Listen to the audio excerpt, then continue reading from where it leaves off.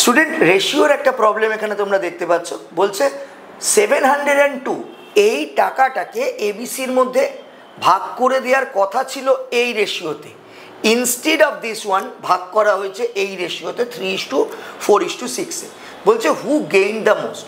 দেখো একটা অ্যাপ্রোচ হতে পারে এই রেশিও অনুযায়ী কি পাওয়ার কথা ছিল, এই রেশিওতে কি পেয়েছিল, এই ডিফারেন্স খোঁজা হবে কি এর মধ্যে বেশি লাভ করেছে। এটা তো একটা অ্যাপ্রোচ হতে পারে যার মধ্যে আমরা যাব না। আমরা কি করব, এই যে রেশিওটা দেখতে পাচ্ছ 3:4:6, এলসিএম কত 12, 1/3 দিয়ে 12কে মাল্টিপ্লাই করলে এটা 4 হয়, এটা 3 হয়, এটা 2 হয়, আর এই রেশিওটা 3:4:6।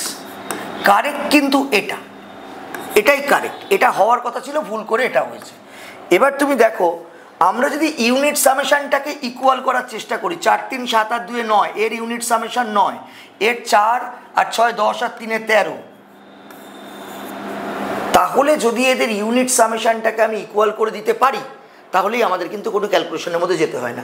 9 এবং 13 ইকুয়াল করতে হবে, এলসিএম করে নিলাম, দরকার নেই এলসিএম, এটাকে 13 দিয়ে মাল্টিপ্লাই করবো, এটাকে 9 দিয়ে মাল্টিপ্লাই করবো, তাহলে এটাকে 13 দিয়ে মাল্টিপ্লাই করলে এটা হয়ে যাবে 52 ইউনিট, এটা হয়ে যাবে 39 ইউনিট, এটা হচ্ছে 26 ইউনিট।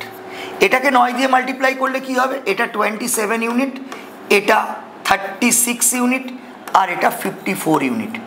বলেছে এই ভুলের ফলে সব থেকে বেশি লাভবান কে হয়েছে।